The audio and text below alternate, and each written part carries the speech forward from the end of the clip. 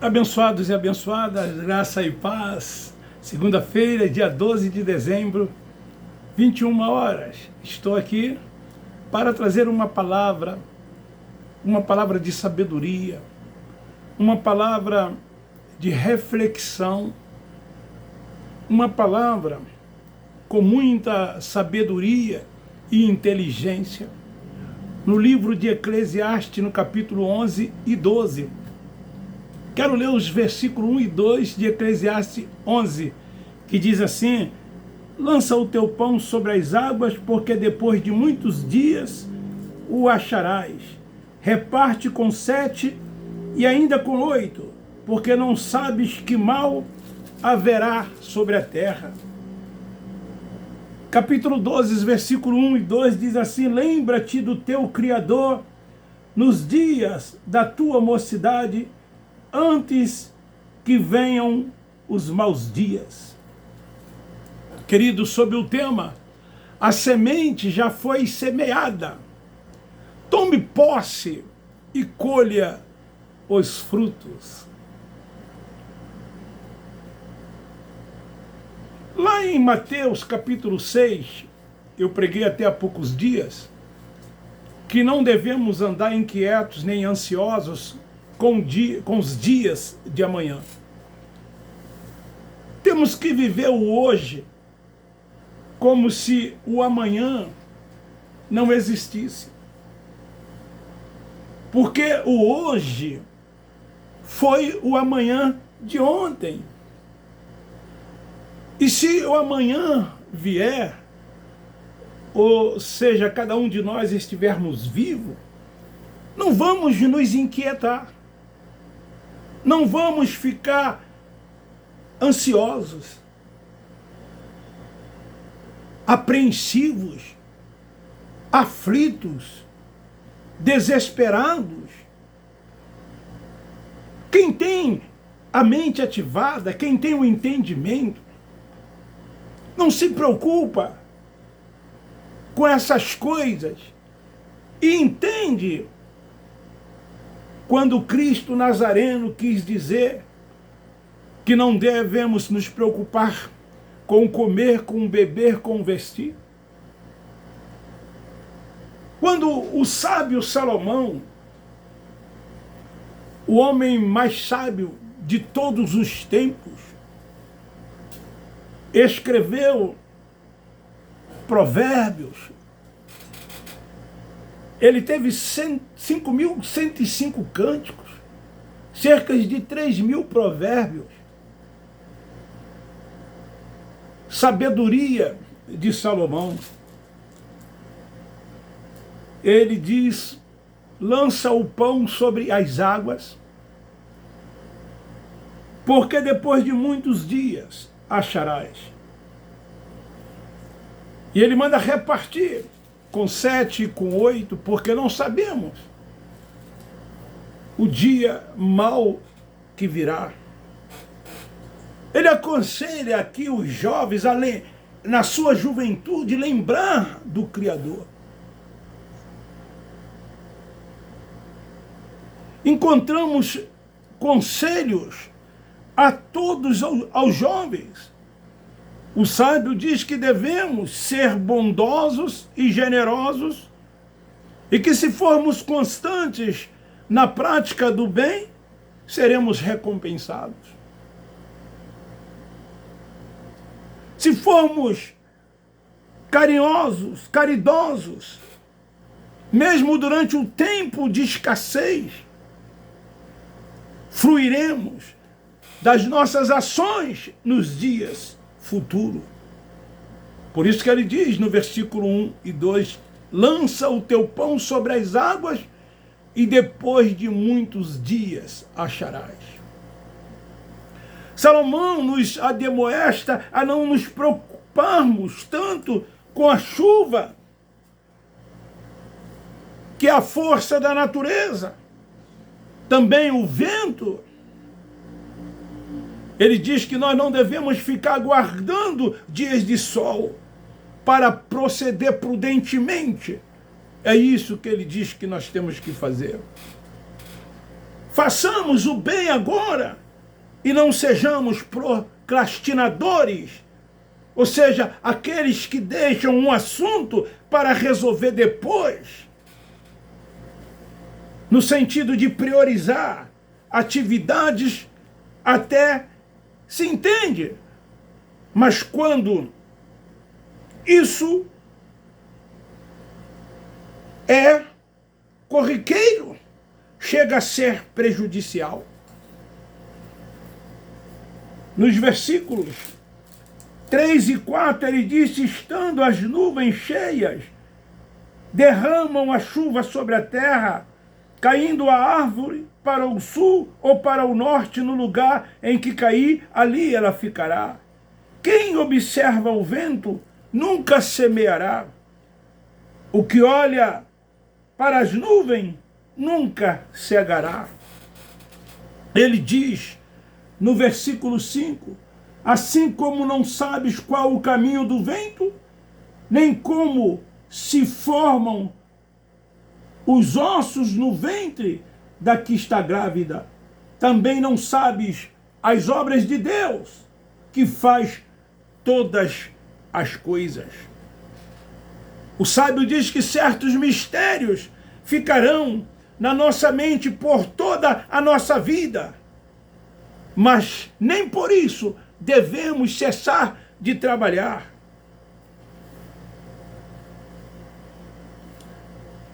Sabe por quê? A semente já foi semeada. Por fé, tome posse e colha os frutos. Ande por fé, não ande por vista. Creia que tudo quanto que tinha que ser feito, Ele já fez. O Pai, o soberano, o único Deus, criou o mundo, criou os céus e a terra e toda a natureza. Tudo pertence a Ele. E nós somos seus filhos, e como os filhos de Deus, somos herdeiros de todas essas coisas. Mas para nos beneficiarmos dela, precisamos andar e viver por fé, crendo tão somente em tudo quanto Ele já fez, tomando posse e vivendo cada dia nosso como o melhor dia da nossa vida, sem se preocupar com o que havemos de comer, sim, de beber, sim, de vestir, sim, porque Ele é quem cuida de nós. No tempo certo, nós fazemos a colheita de tudo quanto já foi semeado. E com certeza nós teremos uma colheita farta.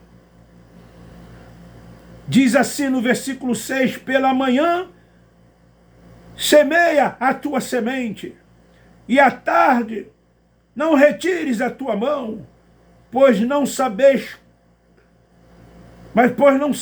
qual prosperará, se esta ou se aquela, ou se ambas igualmente serão boas.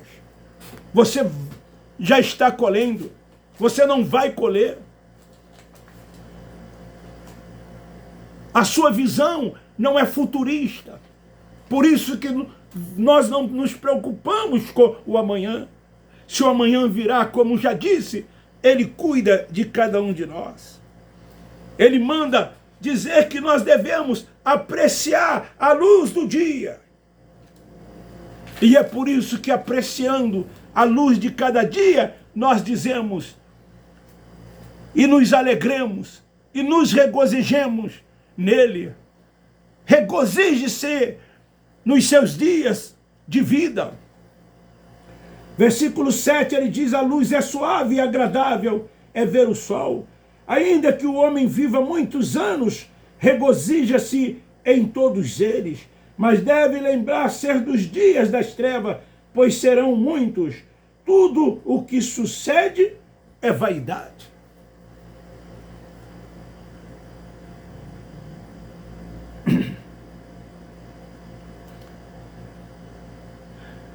É que não devemos só viver uma vida boa e aproveitar das vantagens da nossa existência, mas também tem em mente a vida do porvir.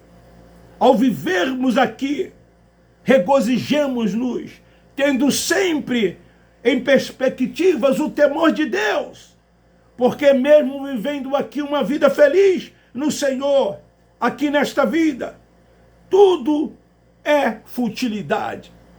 Foi isto que o sábio Salomão disse: tudo é vaidade.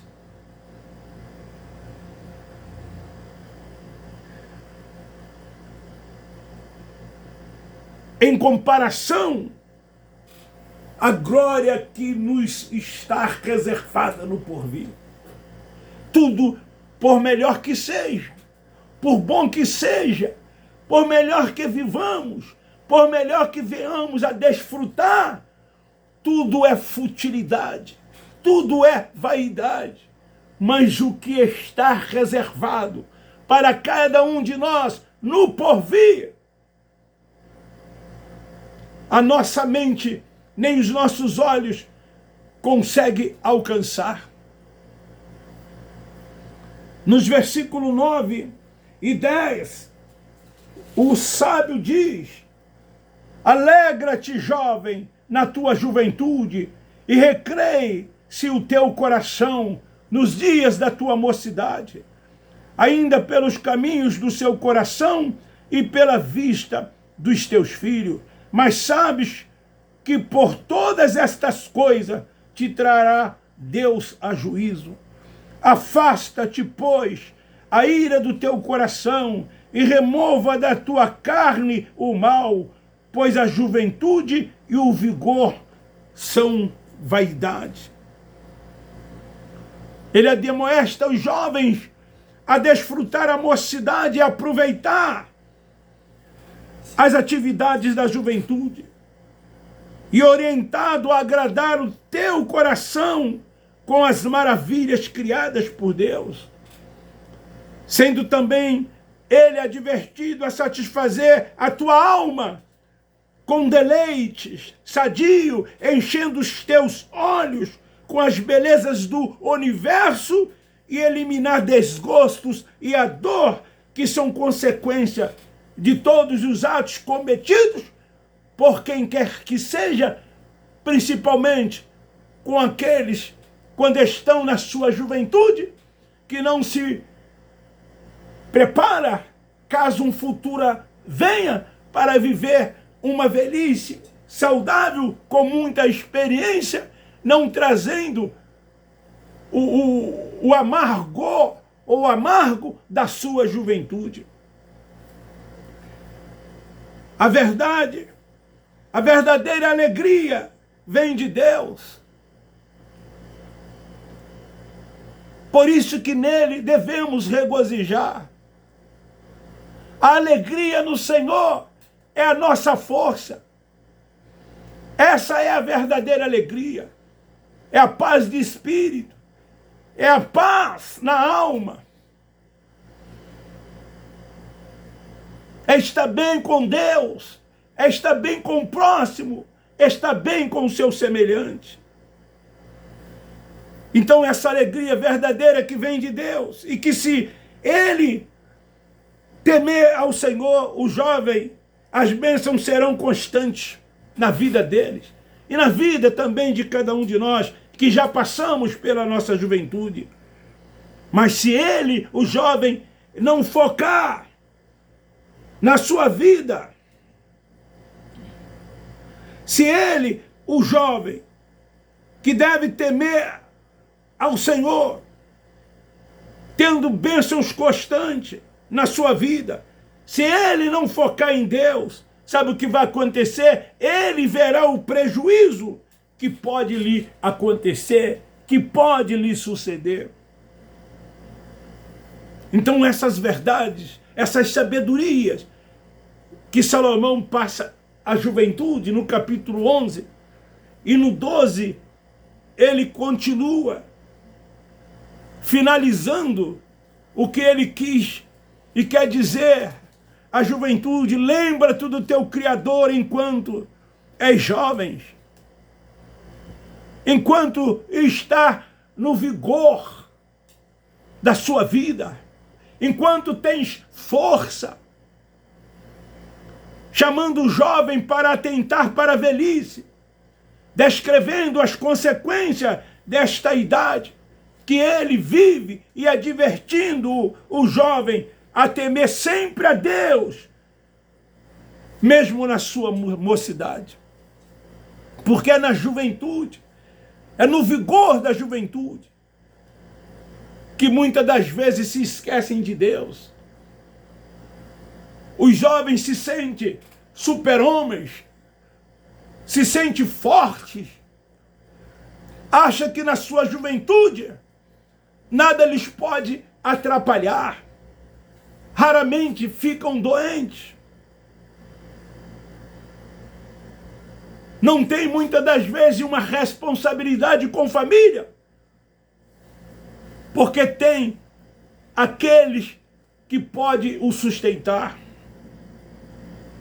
Ou seja, em todo o tempo, o propósito é mostrar ao jovem a importância de todos os anos de vida, antes que cheguem os problemas na velhice.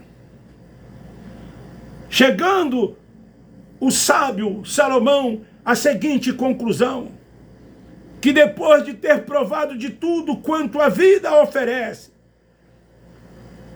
o dever do homem é temer sempre a Deus, porque isso é a única coisa que não é vaidade neste mundo. O temor de Deus, temendo sempre a Deus, temendo sempre ao Senhor,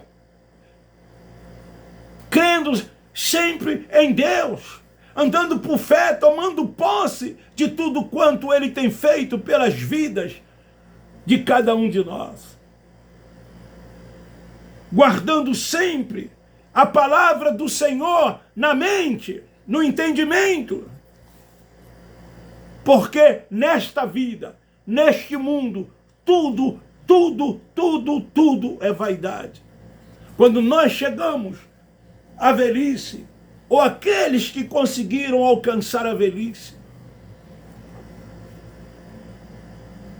e quando eles fazem uma retrospectiva na sua juventude, percebe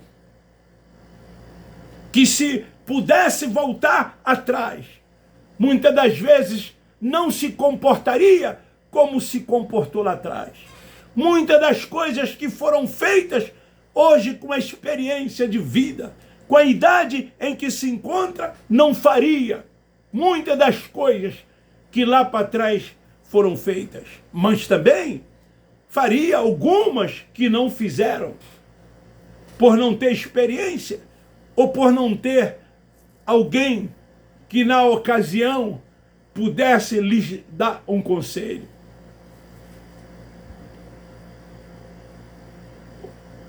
Eu sempre amei ler, talvez foram os livros da Bíblia que eu mais li, Provérbio de Salomão, Eclesiastes, Cantares e muitos dos Salmos.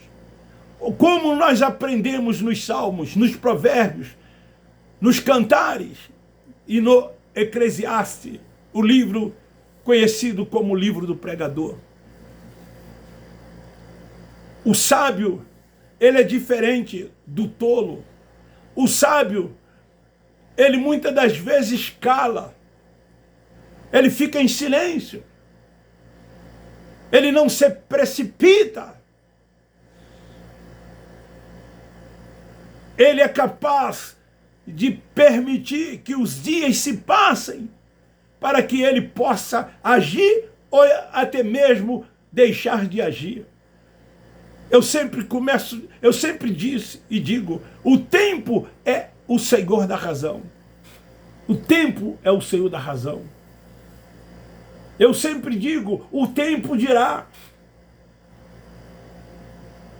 Então não se precipite.